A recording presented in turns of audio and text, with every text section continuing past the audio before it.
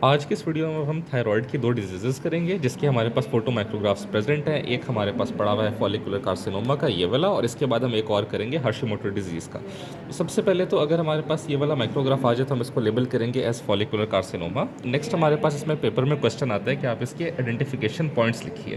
तो एक तो इसमें देखें, ये जो सारी हमें पेरेंट्स नज़र आ रही है ना, ये सारा ये हमारे पास एक मेशवर्क सा एक स्प्रेड हुआ सा थायराइड बेसिकली नज़र आ रहा है कि फॉलिकल्स भी रप्चर हुए हैं और एक मेशवर्क सा स्प्रेड हुआ नज़र आ रहा है। इस पूरी अपीयरेंस को हम कहते हैं कि हमारे पास है ट्रेबेक्युलर फॉलिकुलर पैटर्न।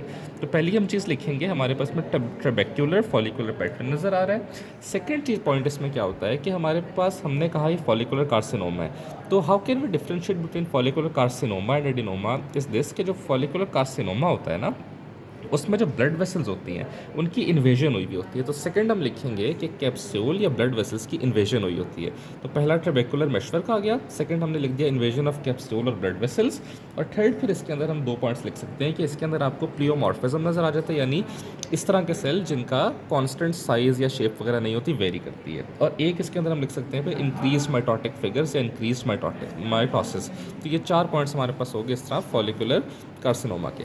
नेक्स्ट फिर उसके बाद हमारे पास आ जाता है ये पूरा। अगर हम देखें तो अगर ये माइक्रोग्राफ आए तो हम इसको लेबल करेंगे एज हाशिमोटो डिजीज़। इसको लेबल करना बहुत आसान है क्योंकि हमें बहुत बड़े बड़े से जर्मिनल सेंटर्स या इन्फिल्ट्रेट्स नज़र आते हैं टी सेल बी सेल्स के। तो इसकी पहली पॉइंट हम क्या लिखेंगे कि ये जो हमें नज़र आ रहा है ना, ये सारा पर्पलिश सा कलर, ये हमारे पास बेसिकली हैं टी सेल्स, और ये जो हमें अंदर पिंक पिंक से सेल्स नज़र आ रहे हैं ये हमारे पास होते हैं बी सेल्स।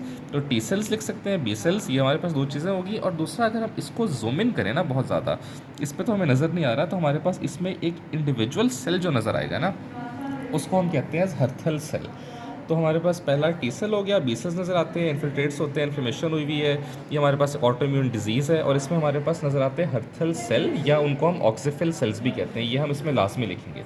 फिर एक और इसमें क्या होता है कि इसमें हमारे पास CD8 या CD4 इन्वॉल्व होता है, और इसमें हमारे पास HLA यानी जो ह्यूमन ल्यूकोसाइट एंटीजन होती हैं वो 3 या 5 इन्वॉल्व होती हैं। तो हम इसको ये भी लिख सकते हैं, या तो फिर हम इसमें ये लिख सकते हैं कि हमारे पास इसमें प्रोमिनेंट न्यूक्लियस नज़र आता है और पिंक साइटोप्लाज्म।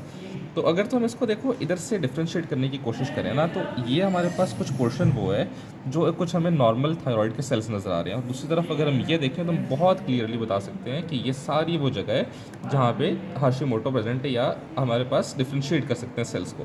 तो एक दफ़ा इसको रिपीट कर लेते हैं, हर्थल सेल नज़र आते हैं, ये हमारे पास टी सेल होते हैं, पर्पल बी सेल इन्फिल्ट्रेट्स। उसके बाद हमने कहा कि हम इसको HLA 3 और 5 प्रेजेंट होता है, CD8 CD4 इन्वॉल्व होते हैं, and that's it germinal centres नज़र आते हैं।